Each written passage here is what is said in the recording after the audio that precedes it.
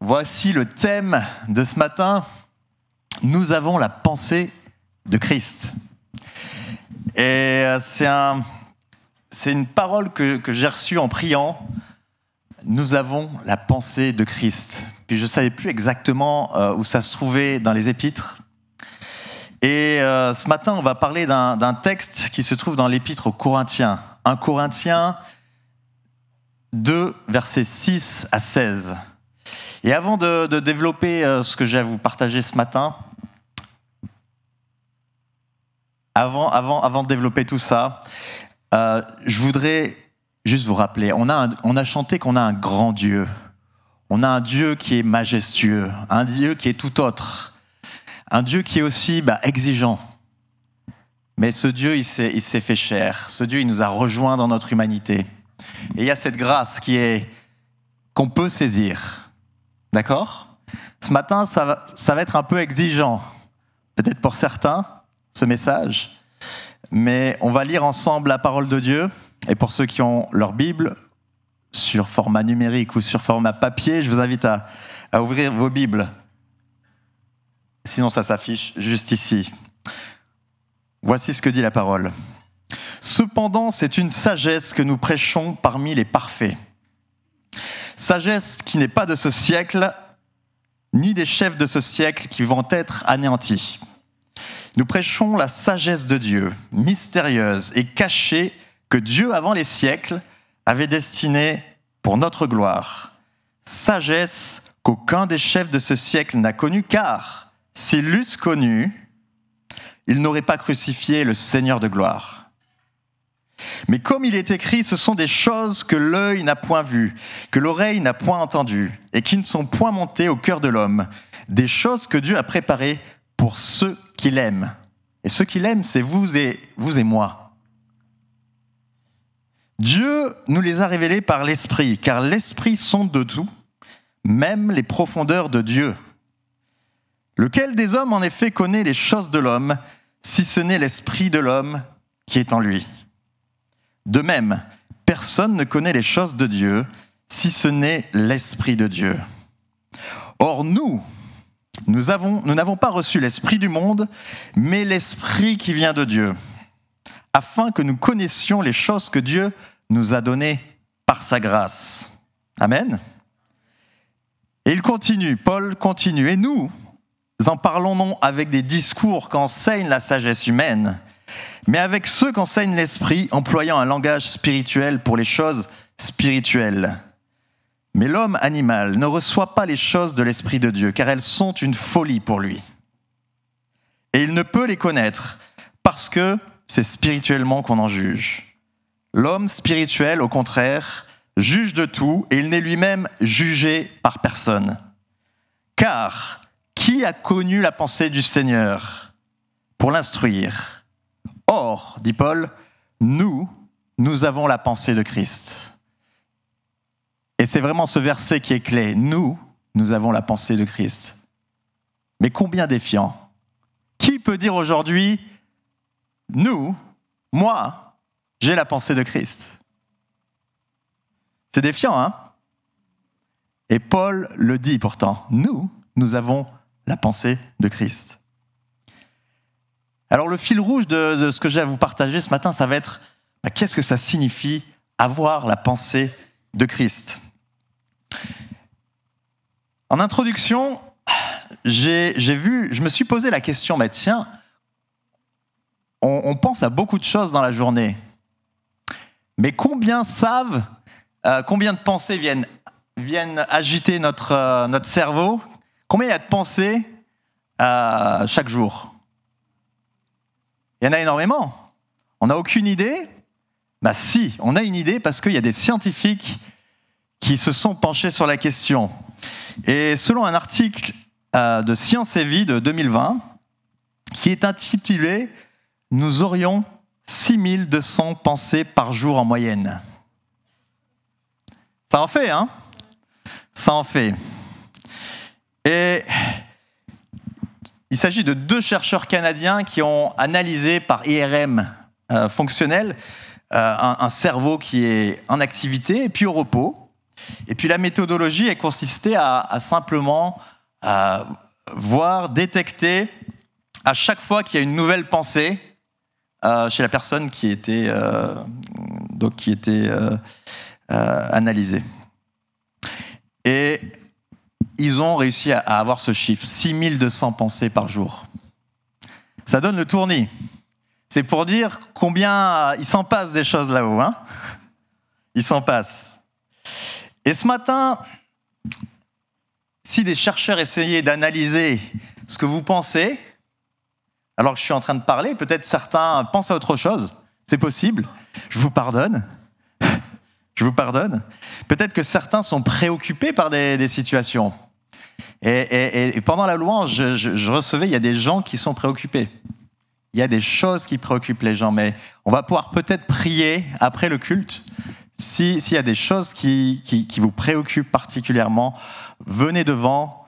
Michel et d'autres seront prêts à prier. D'accord ? Ok ? Mais parmi ces 2200 pensées par jour, combien irait à la pensée de Dieu ? À quel moment vous pensez à Dieu parmi ces 6200 pensées ? Parmi ces 6200 pensées, combien seraient liées à la parole de Dieu ? Combien seraient liées aux choses du royaume ? Combien de nos pensées, en gros, seraient spirituelles ? Et combien de nos pensées seraient purement charnelles ? Et moi, ça m'a défié. Je me suis prêché à moi-même et je me suis dit, waouh, combien ? Je préfère pas, heureusement, on ne sait pas. Donc on va rester avec le point d'interrogation. Mais j'ai comme une petite idée que parfois nous pensons être très spirituels, mais c'est peut-être pas le cas. Et ça, ce sera dans le secret de votre cœur. Est-ce que je suis si spirituel, Jésus ? Et si Jésus venait ce matin et qui demandait qui sont les personnes spirituelles ce matin, peut-être il n'y aurait personne qui se lèverait. Peut-être. Ou très peu. Et moi-même, je ne pense même pas me lever, vous voyez ?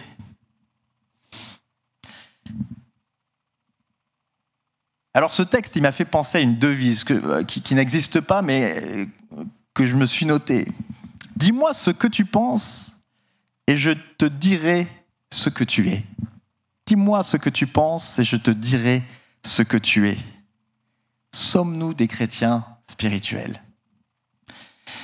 Et dans le texte de ce matin, on arrive au sommet. Or, nous avons la pensée de Christ. Et notre objectif en tant que disciple, c'est d'avoir la pensée de notre maître, n'est-ce pas ? C'est de représenter fidèlement le roi des rois, ce Dieu qui est grand, ce Dieu qui est tout autre, ce Dieu qui nous a créés. Et 2 Corinthiens 5:20 dit « Nous faisons donc ambassadeurs pour Christ. Nous sommes des ambassadeurs. » Et quel est le rôle premier de l'ambassadeur ? L'ambassadeur représente l'État qu'il sert. Il sert ses valeurs, ses intérêts, ses ressortissants. Il est au service de son pays et il ne parle pas de son propre chef. Ce qui importe, ce n'est pas ce que lui pense, ce n'est pas son opinion, mais c'est l'opinion du gouvernement qu'il représente. C'est l'opinion du président de la République qu'il représente. Alors je sais qu'en Suisse, on a un conseil de 7 sages, donc c'est un petit peu différent. Mais dans la plupart des pays, on a des républiques. Et en république, c'est le président de la République qui est tout en haut. Et l'ambassadeur, il met de côté ses opinions. Et de la même manière, en tant que disciples, nous avons été élus à cette tâche prestigieuse de représenter le royaume. Nous sommes ses ambassadeurs. Dis, je suis ambassadeur du Dieu très haut. Je suis ambassadeur du Dieu très haut. Et en Christ, on a hérité de ce titre. Et c'est défiant, parce qu'on représente quelqu'un là-haut qui est exigeant. Mais heureusement, nous avons sa grâce. N'oubliez pas ce matin, dans tout ce que je vais vous communiquer, qu'il y a la grâce de Dieu que nous pouvons saisir. Jésus veut nous aider. Jésus veut nous aider à aller plus loin. Amen. Alors on va commencer, sans plus attendre. J'aurai 3 points à vous dire ce matin. Et le premier, c'est que qu'est-ce que veut dire avoir la pensée de Dieu et comment la recevoir? Et ce point, c'est que avoir la pensée de Dieu, c'est recevoir tout d'abord toute la parole de Dieu comme vérité pour nous. Et je dis bien toute la parole de Dieu comme vérité pour nous. Et je vais parler maintenant de l'importance de l'autorité de la Bible et de l'inhérence de la Bible pour nous. Parce qu'elle est remise en cause aujourd'hui depuis pas mal de temps. On ne prend plus au sérieux tout ce que la Bible dit. Et je crois que même dans nos milieux évangéliques, on ne prend pas toujours au sérieux tout ce que la Bible dit. Peut-être parce que c'est trop exigeant, peut-être parce que certains n'ont plus le temps de la lire comme ils le voudraient, la vie va à 100 à l'heure, peut-être que par manque d'enseignement, il y a des choses qu'on ne connaît pas.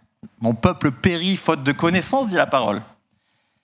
Mais quoi qu'il arrive, le constat est que nous ne sommes peut-être pas toujours à la hauteur des exigences de Dieu.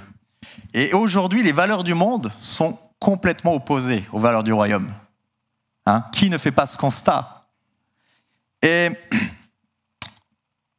ici, dans ce beau pays de Suisse, moi qui viens j'ai étudié la théologie dans un institut réformé, et puis la Suisse, pour nous, c'était waouh! Ils ont eu tous les réformateurs, il y a eu un puissant réveil dans ce pays de Suisse. Et puis, en Suisse, on proclame au nom du Dieu vivant dans sa constitution. Ça, c'est incroyable, surtout en venant de France. C'est incroyable de voir ça. Mais toutes ces valeurs-là sont en train de s'éroder. Toutes ces valeurs-là de la réforme ne sont plus au goût du jour. Et il y a vraiment un effritement des valeurs, n'est-ce pas? On peut tous le voir. Mais avoir la pensée de Christ, le texte du jour en donne une définition claire au verset 6 et 7. Je ne l'ai pas mis. C'est une sagesse que nous prêchons parmi les parfaits, sagesse qui n'est pas de ce siècle, ni des chefs de ce siècle qui vont être anéantis. Nous prêchons la sagesse de Dieu, mystérieuse, cachée de Dieu, avant les siècles, avait destinée pour notre gloire. Sagesse qu'aucun des chefs de ce siècle n'a connue, car s'ils l'eussent connue, ils n'auraient pas crucifié le Seigneur de gloire. Et ici, Paul dit clairement que la sagesse de Dieu s'oppose à la sagesse du monde. Elle s'oppose à la sagesse de nos dirigeants, de dirigeants du canton de Vaud, de nos dirigeants au niveau fédéral et de tous les autres. La sagesse de Dieu est mystérieuse, cachée, que Dieu, avant les siècles, avait destinée pour notre gloire. Ici, il est question de la doctrine de la croix. Il s'agit du Christ crucifié pour le pardon de nos péchés. Il s'agit de ça dans ce mystère. Et force est de constater que nos concitoyens rejettent cela. Ils n'ont pas besoin de Dieu. Quand vous allez dans les rues et que vous voulez prêcher la parole, vous voulez faire de l'évangélisation, souvent j'ai entendu ça. Moi, je n'ai pas besoin de ça. Tout va bien dans ma vie. Je n'ai pas besoin de Dieu. Je n'ai pas besoin d'un sauveur. Et croyez-moi, ça fait mal au cœur. Quand on est confronté à la dureté de cœur de notre monde, ça fait mal. En tant qu'enfant de Dieu, je vous défie de rester insensible à ce que disent les gens. Parce que nous savons qu'il y a un Dieu, nous savons qu'il y a un jugement. Et nous nous rapprochons de ce temps où Dieu va revenir chercher les siens. Ne l'oublions pas, Dieu n'a jamais été aussi proche.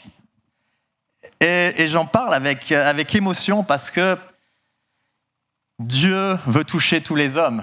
Mais est-ce que les hommes veulent de Dieu? Est-ce que l'Église représente Dieu tel qu'elle devrait? Il y a tellement de gens qui qui n'acceptent pas Dieu parce qu'ils n'acceptent pas l'Église, ce qu'elle représente. Peut-être des choses qui ont fait du mal. On entend dans les journaux ce qui s'est passé à Saint-Maurice. Je ne sais pas si ça vous parle. On n'a pas besoin de développer, mais voilà, il y a eu des choses qui ont été faites sur des enfants par des représentants de Dieu, alors de l'Église catholique en l'occurrence. Mais il ne s'agit pas que de l'Église catholique, il y a aussi des choses dans nos milieux. On pourrait rougir de choses qui se sont passées. Et parfois, nous ne voyons pas, nous ne voulons pas voir, nous voulons nous boucher les oreilles. Mais on est protégé. Moi, petit, j'étais tout petit. J'étais dans une église, assemblée de Dieu, et un des pasteurs avait un problème de pédophilie.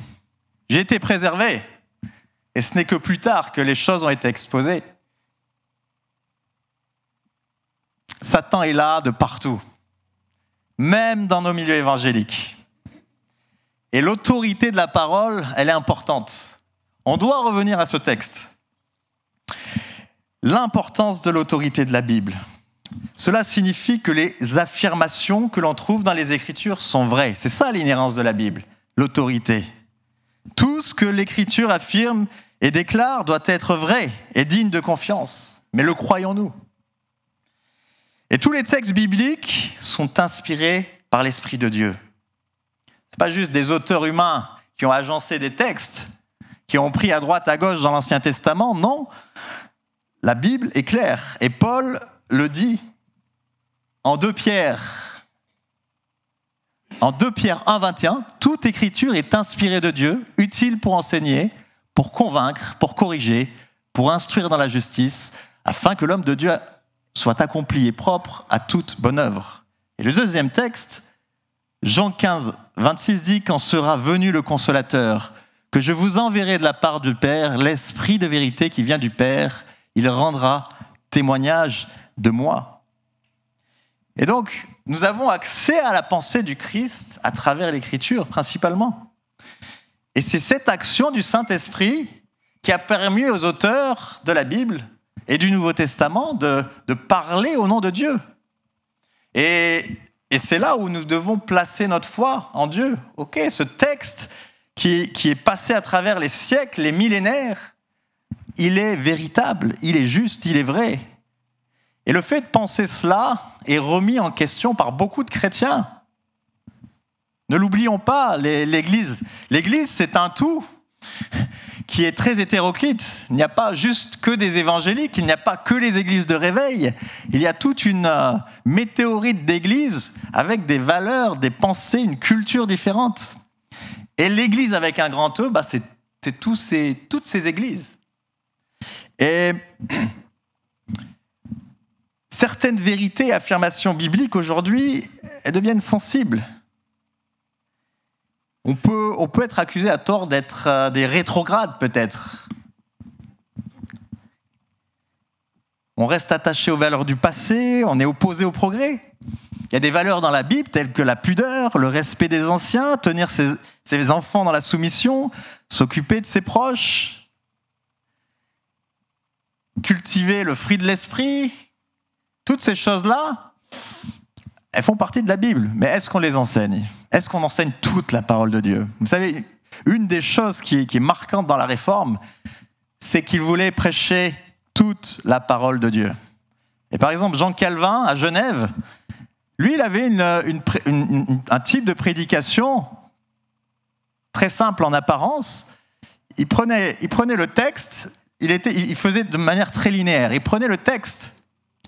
Si aujourd'hui c'était 1 Corinthiens 1, dimanche prochain c'était 1 Corinthiens 2. En même temps, il ne prêchait pas que les dimanches, il prêchait presque tous les jours. C'était des arrachés, des acharnés du travail de la parole de Dieu. Et je veux dire, on peut s'en inspirer. Je veux dire, on est loin de tout ça. Aujourd'hui, on a les réseaux sociaux, on a les écrans, on est presque aspiré par ces choses-là, moi inclus. Des fois, quand on est fatigué, on veut juste aller. On regarde un petit peu la télé, on regarde Netflix. Même si on ne regarde pas la télé, on regarde quand même la télé. Hein ? Et même si c'est l'ordinateur, on regarde quand même. Et on est pris par toutes ces choses. Et toutes ces choses-là, ne sont pas forcément mauvaises, il y a des bonnes choses aussi. Mais si on veut vraiment avoir la pensée de Christ, on doit prendre le temps dans la parole, on doit prendre le temps entre frères et sœurs, on doit se rassembler en groupe de maison, on doit venir à la réunion de prière, on a besoin d'être ensemble. On a besoin d'être ensemble. Tout seul, on est fragile, on est faible. Mais ensemble, on est fort. N'est-ce pas? Et des fois, le constat qu'on peut se faire, moi, des fois, je me le fais, je me dis, mais il est trop tard pour redresser la barre. Peut-être vous le faites, ce constat. Il est trop tard, tout est foutu. Est-ce que certains, des fois, ont cette pensée de se dire, tout est foutu. Le monde va de plus en plus mal. Est-ce que des fois, vous n'êtes pas pessimiste comme moi? Est-ce que le monde ne va pas de plus en plus mal? Mais ce matin, je vais vous dire que non, nous n'avons pas le droit d'être pessimistes. Nous n'avons pas le droit d'être négatifs. On a une influence sur notre société. Amen? Mais on doit se lever. Hein? Assis, c'est bien sur nos chaises, mais on doit se lever. On doit être une influence positive dans notre société. Et des fois, c'est des petites choses à notre niveau. Et moi, j'ai été très impacté par une sœur de l'église qui voilà, je ne vais pas la nommer, mais elle a écrit au CHUV. Et au CHUV, il y avait des expositions pas très jolies. Et puis, j'aurais presque pu les mettre, mais des choses assez horribles sur l'impact de la maladie sur nos corps. Et puis, vous aviez ça à l'entrée du CHUV. Et si vous rentrez là, alors que vous avez peut-être un proche ou vous-même qui avez une maladie grave, vous faites des tests, vous allez visiter quelqu'un qui est peut-être en fin de vie, et vous voyez ces choses-là horribles, vous avez juste envie de repartir chez vous. Vous n'avez pas envie d'aller plus loin. Et elle s'est levée contre ça. Et on lui a répondu. Et on a pris en compte ce qu'elle a dit. Alors oui, on peut laisser faire en se disant, de toute manière, c'est foutu. L'année prochaine, ce sera autre chose. Mais voilà, s'il n'y a personne pour se lever, pour dire, proclamer la justice de Dieu, proclamer ce que Dieu veut, s'opposer à des choses qui sont mal, est-ce qu'il y aura des changements? Non. Et ça m'a marqué. Parce que des fois, c'est des petites choses, un petit courrier. Mais moi, la première pensée que je me serais faite, c'est, déjà, j'ai pas le temps. Et puis deux, on va pas me répondre de toute manière. Et des fois, on se met des barrières, merci. On se met des barrières. On limite l'Esprit de Dieu qui peut agir. On limite les choses. Et moi, le premier. Et je pense qu'on est fait de la même pâte, vous et moi. Hein? La chair reprend vite le dessus. Donc, non, nous n'avons pas le droit d'être pessimistes.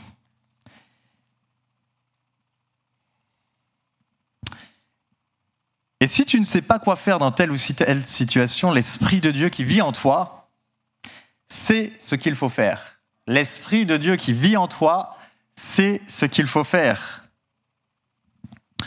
Il va te conduire dans sa volonté, si tu mets du temps à part pour lui. Il va te conduire dans sa volonté. Il va résolutionner, je ne sais pas si ça se dit, résolutionner les problèmes que tu vis, que tu traverses. Solutionner, merci. Solutionner. Oui, les affirmations bibliques doivent être vie, vérité. Nous sommes les ambassadeurs de Christ. Nous avons un Dieu qui guérit, qui console, qui apporte la paix, qui met de l'ordre dans le désordre. Nous avons un Dieu qui se soucie de notre prochain. Nous avons un Dieu qui aime tous les hommes, sans distinction de sexe, de race, de religion. Mais, et je le répète, Jésus est le seul chemin. Et le christianisme est exclusif dans son message. Il n'y a qu'un Dieu qui sauve. Et c'est Jésus-Christ qui s'est fait homme et qui est mort pour nous. Il n'y a qu'un homme qui sauve. Et c'est le nom de Jésus. Jean 14, 6 dit « Je suis le chemin, la vérité et la vie. Nul ne vient au Père que par moi. » Et ce message-là, mes amis, quand vous allez dans la rue, les gens n'aiment pas ce message-là. Nul ne vient au Père que par moi. Les gens ne l'aiment pas, ce message. Et pourtant, c'est ce nom qui sauve. C'est ce nom qui guérit. C'est ce nom qui nous ouvre les portes du ciel. Amen. Alors la culture dans laquelle on vit impacte nos croyances, impacte nos pensées. Et c'est pour ça que c'est difficile. Parce que lorsque nos croyances, nos comportements sont impactés, eh ben nos actions vont suivre. D'accord ?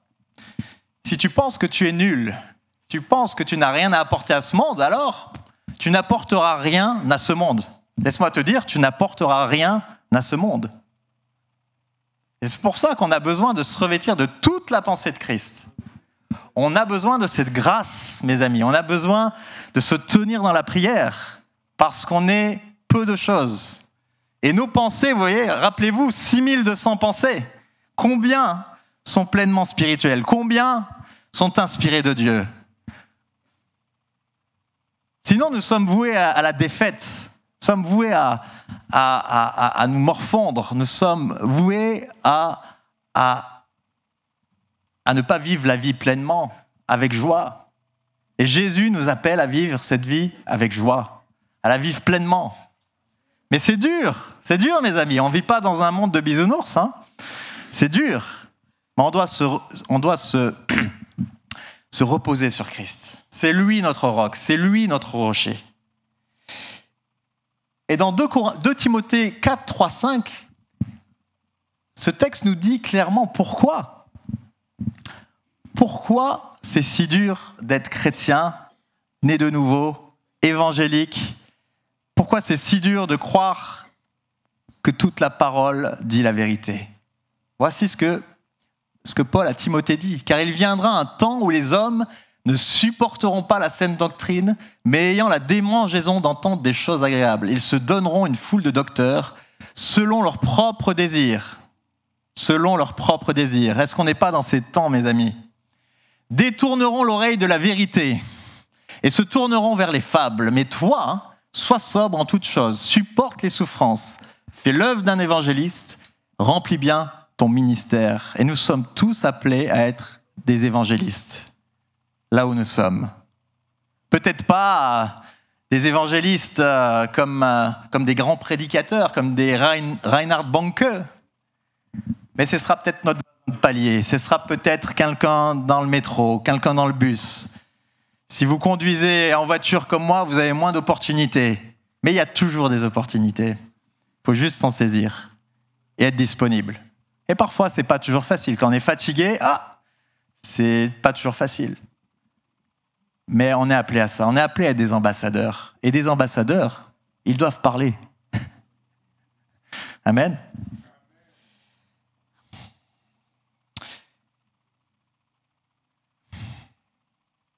Et vous savez, souvent, pourquoi on ne veut pas parler? Parce qu'on a honte. Parce qu'on a honte de qui on est, des fois. On a honte de ne pas être à la hauteur des standards de Dieu.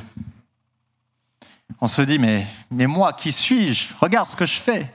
Et ça, l'ennemi aussi le pointe du doigt dans ta vie. Regarde ce que tu fais dans le secret. Regarde ce que tu n'as pas fait même. On a un Dieu qui est exigeant, certes. On a un Dieu qui condamne le péché. Mais il nous pardonne si nous venons à lui. Il nous pardonne. Il veut nous pardonner. Il veut nous élever. Il veut nous sortir de là où nous sommes. Et il n'y a pas de péché trop grand pour Jésus. Je veux le dire, il n'y a pas de péché trop grand pour Jésus. Et s'il y a des gens qui se sentent loin de Dieu parce qu'ils ont honte, il y a cette culpabilité, laisse-moi te dire, Dieu te pardonne. Demande-lui pardon sincèrement, de tout ton cœur. Mais Dieu vient dans ton cœur maintenant. Soumets-lui ce que tu as dans ton cœur. Ça, c'était le premier point. J'ai le deuxième point. On va aller un peu plus vite. Avoir la pensée de Dieu, c'est mon deuxième point, ça doit nous pousser à obéir à Dieu, à sa parole. L'obéissance. Qui aime ce mot? L'obéissance. Rien que le mot, il est difficile à entendre. Mais Dieu veut qu'on lui soit soumis. Et je vais parler de cette importance de la soumission à la parole de Dieu. Si Dieu il a préservé ces textes, c'est pour qu'on suive cet enseignement. Et la doctrine de l'autorité des Écritures, elle atteste que l'Écriture revêt l'autorité de la parole de Dieu lui-même. Est-ce qu'on réalise ça des fois? Et ma question pour toi ce matin, est-ce que tu es soumis à la parole de Dieu? Est-ce qu'il y a des choses dans ta vie qui ne reflètent pas Christ? Souvent, on veut la bénédiction de Dieu, mais on les veut à nos conditions. Et ça, c'est pas possible. Ça, c'est pas possible. Le message de la parole, il était vrai il y a des millénaires et il est toujours vrai aujourd'hui. Ça n'a pas changé parce que la mode a changé, la culture a changé. C'est toujours vrai. Si Jésus a été soumis en toutes choses, alors nous aussi, en tant que disciples, on doit être soumis à la parole. Jean 5,10 dit « Je ne puis rien faire de moi-même », c'est Jésus qui parle. « Selon ce que j'entends, je juge, et mon jugement est juste, parce que je ne cherche pas ma volonté, mais la volonté de celui qui m'a envoyé. » Et de la même manière, en tant que chrétien, on ne peut pas juste prendre ce qui nous arrange, ce qui est à notre portée, et laisser un peu de côté ce qui nous dérange. Et on a tous des choses qui nous dérangent dans la parole de Dieu. Et parfois, il y a des choses qui nous dérangent parce qu'on ne les saisit pas, on ne les comprend pas. Mais la Bible doit revenir à l'ordre du jour. Amen. Et si Dieu appelle quelque chose de mal, nous ne pouvons pas dire que cette chose est bonne. Sinon, nous faisons de Dieu un menteur. Et Paul parle du chrétien spirituel, au verset 15, qui peut juger de tout. Qui veut être cet homme spirituel?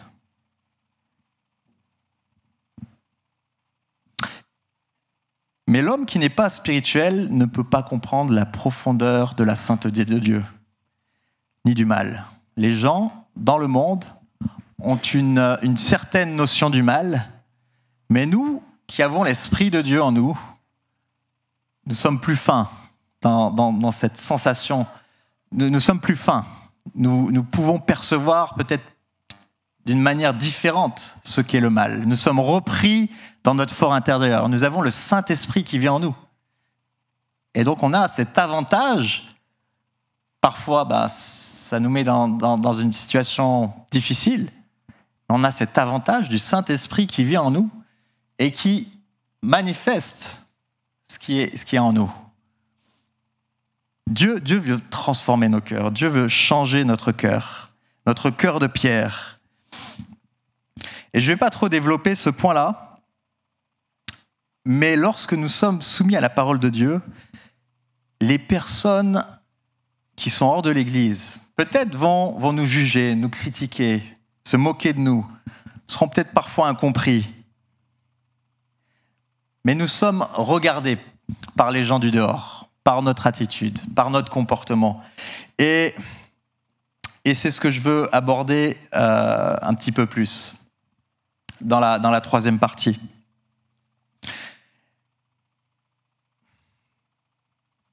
Jean 16, 13 dit « Quand le Consolateur sera venu, l'Esprit de vérité vous conduira dans toute la vérité. » Alors, ce n'est pas juste en prenant la parole de Dieu, sans avoir le Saint-Esprit, nous ne pouvons la comprendre.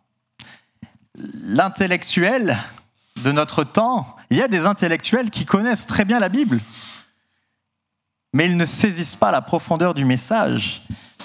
Ils ne saisissent pas que la vie éternelle leur est proposée. Et nous avons cet avantage. Nous avons cet avantage de saisir le cœur du message de Dieu. C'est que Christ veut nous sauver. Christ nous réserve une patrie céleste. Et je vais sauter à une partie de cette partie où je voulais parler de l'importance de la discipline. Vous savez, l'obéissance et la discipline, elles vont de pair. Mais je vais pas en parler ce matin, parce que j'ai pas envie d'en rajouter. Mais sommes-nous prêts aujourd'hui à exercer une discipline dans l'Église ? Dans l'amour, dans l'ordre, dans la bienséance, pour respecter le cadre biblique ? Ou avons-nous peur que les gens quittent cette Église ? Et sans m'étendre, nous sommes ici à Lausanne. Et à Lausanne, il y avait un réformateur qui s'appelait Pierre Viret. Et ce réformateur était très ami avec un certain Guillaume Farel, avec Calvin. Et c'était un homme qui avait compris l'importance de la discipline. Et une phrase qu'il a dite, qui peut-être va vous choquer, moi m'a choqué. Il faut se remettre dans le contexte du XVIe siècle. Il disait « Les chiens et pourceaux doivent être chassés des assemblées de l'Église. Ceux qui se déclarent chiens et pourceaux par leur vie seront traités semblablement à ce que ceux qui se déclarent tels quels par la doctrine. » Il parlait des hérétiques, des vicieux, des immoraux, des gens qui avaient un style de vie, mais complètement à l'opposé de la parole de Dieu. Alors vous voyez, comme ça, rien que de le dire, ça choque. On parle de gens de la Réforme, des gens qu'on respecte, des gens qui avaient aussi une intransigeance. Et ce matin, loin de moi de remettre des fois de l'intransigeance dans nos milieux. On veut vivre la grâce de Dieu. On veut vivre la grâce de Dieu. Mais dans ces 3 buts qui étaient poursuivis par ce réformateur, il y avait premièrement de ramener le croyant qui péchait, le ramener à la croix, le ramener à l'amour de Christ, le ramener à ces choses-là. Et puis, il voulait aussi protéger l'Église contre les faux docteurs, contre les faux enseignements, et préserver l'honneur de Dieu. Et des fois, dans ce 21e siècle dans lequel on vit, les jeunes de ma génération, on a tendance à prendre la grâce un petit peu à la foulée parfois, parce qu'on est tellement habitué à un discours de grâce. Mais Dieu, il est exigeant. Il est exigeant. Et le parallèle avec l'épître aux Corinthiens, c'est qu'il y avait aussi un manque de discipline, de désobéissance, des divisions. Quand Paul s'adresse aux Corinthiens, il s'adresse à une église qui a beaucoup de problèmes. Et parmi ces problèmes, il y avait des rivalités, des disputes. Parmi les chrétiens, il y avait des clans de chrétiens, un peu comme des partis politiques. Moi, je suis de Paul, moi d'Apollos, moi de Céphas, moi de Christ, dit Paul dans le chapitre 1. Il y avait des courants de pensée parmi les chrétiens de Corinthe différents. Il y avait des gens qui pensaient différemment. Il y avait des opinions différentes. Et parmi les disputes, il y avait une dispute sur une fausse théologie, le triomphalisme. Et le triomphalisme, c'était une croyance que les chrétiens triomphent maintenant du péché et de ses conséquences à l'exclusion de la persécution, de la souffrance et de certaines limites humaines. Ils pensaient tellement être là, les Corinthiens, mais Paul écrit aux Corinthiens et il va développer tout son argumentaire. Il va dire, mais non, vous n'êtes pas si spirituel que ça. Vous êtes charnel. Il y a encore des disputes. Il y a encore des gens qui se battent. Il y a de la débauche. Il y a des... Vous voyez, au chapitre 5, il est dit, il y a des débauchés, des idolâtres, des cupides, donc qui ont l'amour de l'argent, des ivrognes, des outrageux. Et dans le grec, j'ai regardé, il s'agit de médisants. Des ivrognes, ravisseurs. Et en grec, ça a le sens d'escroc. Il y a toutes ces personnes-là auxquelles Paul fait référence. Et il s'agit de chrétiens, il ne s'agit pas de gens hors de l'Église, il s'agit de chrétiens. Il y a des chrétiens, dit Paul, qui se font même des procès devant les tribunaux. Donc l'église de Corinthe n'est pas une église où il y avait de l'ordre, où il y avait de la bienséance, où tout le monde était gentil, bienveillant envers l'autre. il y avait des disputes, des querelles, il y avait peut-être de la violence. C'est terrible, c'est terrible. Dans le corps de Christ. Donc Paul, il reprend l'église de Corinthe. D'où l'importance de cette discipline. On doit être dans l'amour, on doit être dans la bienveillance, dans l'accueil, dans toutes ces choses-là. On doit être dans la grâce. On doit être dans la grâce, mais on doit aussi rester dans l'ordre, dans la bienséance. Et se rappeler qu'on a un Dieu exigeant qui est prêt à étendre sa main sur nous, qui est prêt à donner son esprit pour que l'Église rayonne, que l'Église puisse montrer qui est notre Dieu. Qui ne veut pas voir des miracles? Qui ne veut pas voir des guérisons ce matin? Qui ne veut pas voir des gens se convertir, se mettre à genoux dans la rue? Qui ne veut pas voir cela? Ça s'est passé dans le passé, il y a eu plein de mouvements de réveil. Il y a eu des choses magnifiques qui se sont passées. Et pour nous aujourd'hui, et pour nous ici à Lausanne, est-ce qu'on ne veut pas ces choses-là? Si on veut ces choses-là, alors on doit s'humilier devant Dieu. Et je veux finir avec ce tout petit point, que oui, avoir la pensée de Christ, ça doit se voir dans nos comportements, dans nos actions. Et je ne vais pas trop insister là-dessus.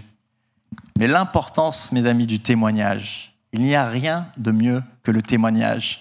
Les paroles passent, mais notre témoignage, les gens le voient. Les gens savent qui nous sommes vraiment. Et la Bible parle d'être le sel de la terre, de faire briller la lumière de Christ, de pratiquer des bonnes œuvres. Voici ce que dit Jésus. On n'allume pas non plus une lampe pour la mettre sous un seau, mais on la met sur son support et elle éclaire tous ceux qui sont dans la maison. Que de la même manière, votre lumière brille devant les hommes afin qu'ils voient votre belle manière d'agir et qu'ainsi ils célèbrent la gloire de votre Père céleste. Ce qu'ils veulent voir, les gens, c'est la lumière de Christ sur nous. C'est la pensée de Christ sur nous. Ils veulent voir Christ. Ils veulent voir des ambassadeurs du royaume des cieux. Ils veulent ressentir la présence de Dieu. Ils veulent voir que quand on prie pour eux, Dieu intervienne dans leur vie, que Dieu n'est pas juste distant, mais qu'il s'intéresse à eux. Et pour ça, on a besoin de toute la pensée de Christ. On a besoin d'agir, on a besoin d'être dans le feu de l'action. On a besoin de ne pas être timide, on a besoin d'y aller. Puis on est tous à un niveau différent. Mais on est appelés, en tant que corps, en tant qu'Église, à aller dans cette direction. Et je le crois. Michel en a parlé il y a quelque temps de cette importance du témoignage, de l'évangélisation. Ça fait partie des piliers de la vision pour l'Église, mais pour toutes les églises en général. On doit retrouver ce feu, cette passion pour les perdus, pour les âmes qui sont loin de Christ, qui vivent des choses très très dures. Il y a des gens qui vivent des situations, on n'imagine même pas. On doit être cette personne qui va aller vers l'autre et qui va avoir cette compassion pour s'intéresser à elle. Parce que Jésus s'intéressait aux gens tels qu'ils étaient. Il ne les jugeait pas. Jésus est exigeant, mais il s'est abaissé. Jésus est exigeant avec toi, encore ce matin, mais il a compassion de nous. Et ces compassions ne sont pas épuisées, mes amis. Ces compassions ne sont pas épuisées. Alors il y a cette importance du témoignage et cette importance de refléter le caractère de Christ.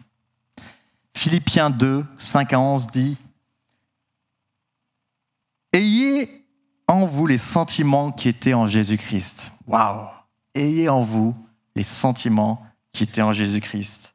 Existant en forme de Dieu, il n'a pas regardé son égalité avec Dieu comme une proie arrachée, mais il s'est dépouillé lui-même, prenant une forme de serviteur.